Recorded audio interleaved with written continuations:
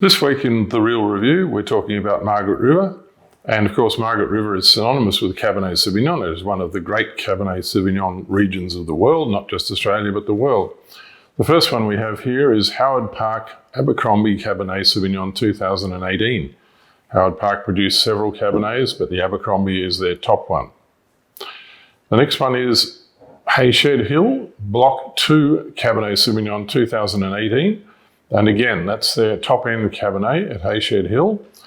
And finally, that variety that's most famous in many regions of Australia, but not so much in Margaret River, but is certainly very, very good in Margaret River, is Shiraz. And we have here Cape Mentelle 2018 Shiraz. I'm Hugh and Hook, and you're watching The Real Review.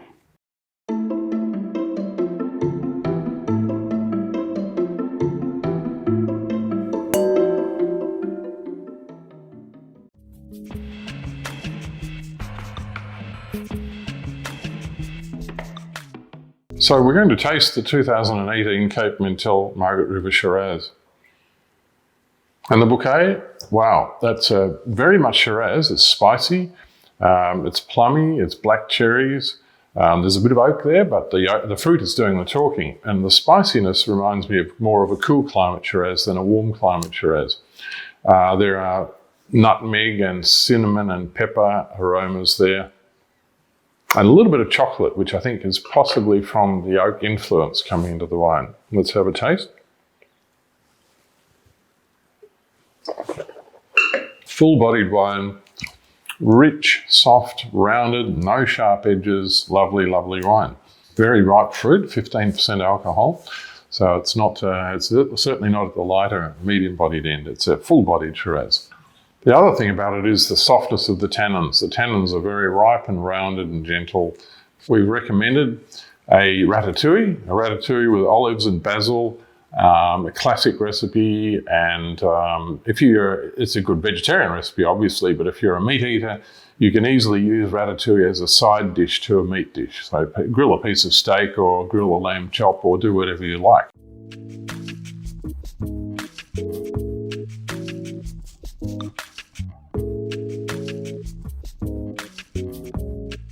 Well, I think this wine here, Hayshed Hill, Margaret River 2018, Block 2 Cabernet Sauvignon, is a very good example of Margaret River regional character. Why is that? Well, let's taste it together. And when I sniff it, it takes me straight to Margaret River, and that's because it's got not just the classic Cabernet aromas of blackberries and black currants and maybe a little bit of violet.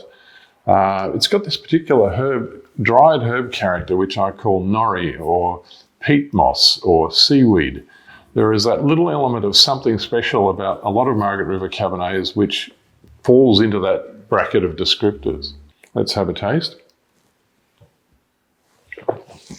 Wow, that's a lovely rich wine, very intense, fills the whole mouth, lively, penetrating, long palate.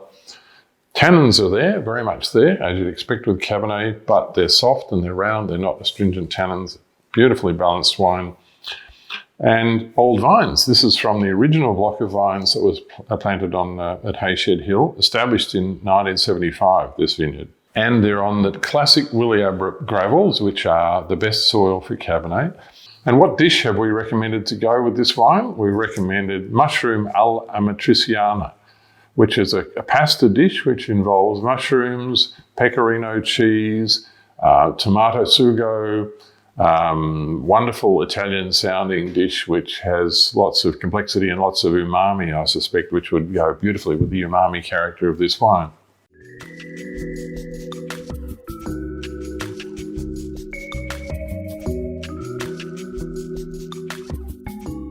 So in Western Australia, Margaret River is considered great for Cabernet and Chardonnay, Mount Barker for Riesling and Shiraz. Is that really the end of the story? Well, no. This wine is a blend, and a lot of the great wines of this part of West Australia are, in fact, blends of those two regions. This one is Margaret River and Mount Barker, and it's the Howard Park 2018 Abercrombie Cabernet Sauvignon. So Howard Park produced several Cabernets, but this is their flagship Cabernet. Why do they blend Margaret River with Mount Barker? Well, let's have a taste and see if we can work it out. Beautiful colour, very, very bright, deep purple crimson colour. And the nose gives you some clue as to what's going on here.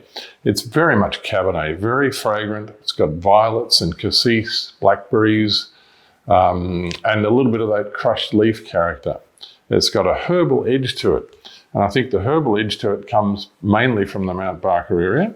So I think what they're doing here is they're trying to get some of the aromatics of Mount Barker welded to the bright black fruit characters of Margaret River. But let's have a taste and see if it comes out like that on the palate. Yeah, not all great Cabernets are big, full-bodied wines with a lot of tannin. This wine is wine of intensity, but also a lot of grace. It's got real elegance to it. Finesse. Long palate. It lingers for a long time. I'm still tasting it, but it's beautifully balanced. The tannins are not aggressive at all. Cabernet can be noted for having quite fearsome tannins sometimes.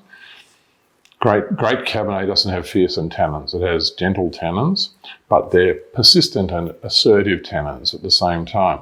But if the fruit's ripe, properly ripe, the tannins won't be astringent. So the food that we recommend to have with this is Jeremy Strode's lamb burger with capsicum relish. And I think that's a really good match. This is lamb. Lamb is a great thing with Cabernet. And even if you go to Bordeaux, which is the home of great Cabernet, they often serve roast lamb with the Cabernet. It's a classic combination.